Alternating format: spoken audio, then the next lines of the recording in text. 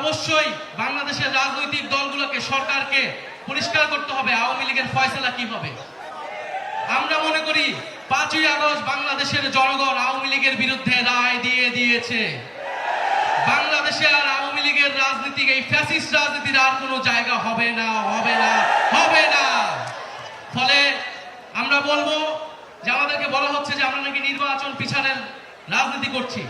খুব পরিষ্কার ভাবে বলতে চাই, পাল্টা কথা আপনাদেরকে বলতে চাই যে আপনারা বিচার ও সংস্কার পিছানোর রাজনীতি করবেন না। বিচার ও সংস্কারের প্রতি ঐক্যমত পোষণ করুন। নির্বাচন আমরা আপনাদেরকে করে দিতে সহায়তা করব। ফলে সরকারকে বলবো দ্রুত বিচার ও সংস্কারের রোডম্যাপ ঘোষণা করতে হবে।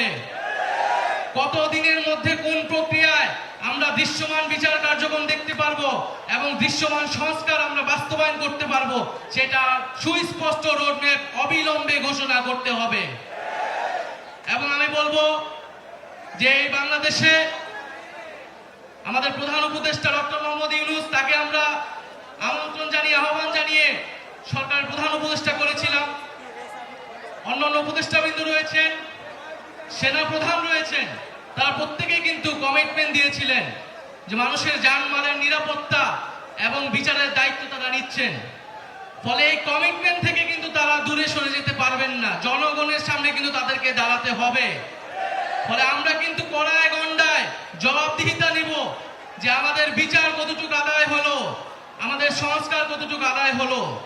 রাজনৈতিক দলগুলা যদি নির্বাচনের জন্য এতই তাড়াহুড়ো করে, ভোট যেতে গেলে কিন্তু সেই জবাবদিহিতা তাদেরকে দিতে হবে।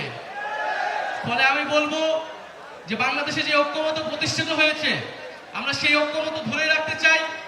আমরা কেউই নির্বাচনের বিরুদ্ধে না, বরং নির্বাচনে অংশগ্রহণ করব বলে আমরা নিজেরাও একটা রাজনৈতিক দল গঠন করেছি।